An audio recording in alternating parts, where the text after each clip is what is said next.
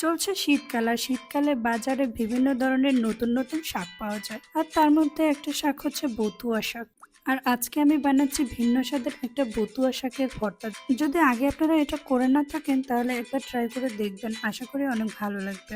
প্রথমে আমি বতুয়া শাকটা কেটে ভালোভাবে ধুয়ে নিয়েছি, যেহেতু বতুয়া শাকে প্রচুর ময়লা থাকে তাই একটু ভালোভাবে ধুয়ে নিতে হয়।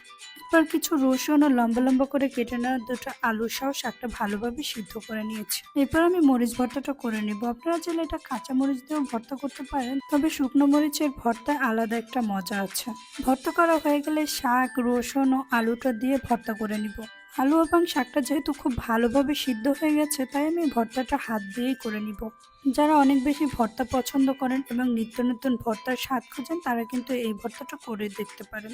সবশেষে দিয়ে দিব কিছুটা লবণ ও সরিষার তেল। ব্যাস, একদম রেডি এই ভর্তাটা। কে কে এই ভর্তাটা আগে খেয়েছেন কমেন্ট করে জানিয়ে দিন। আজকের মতো টাটা।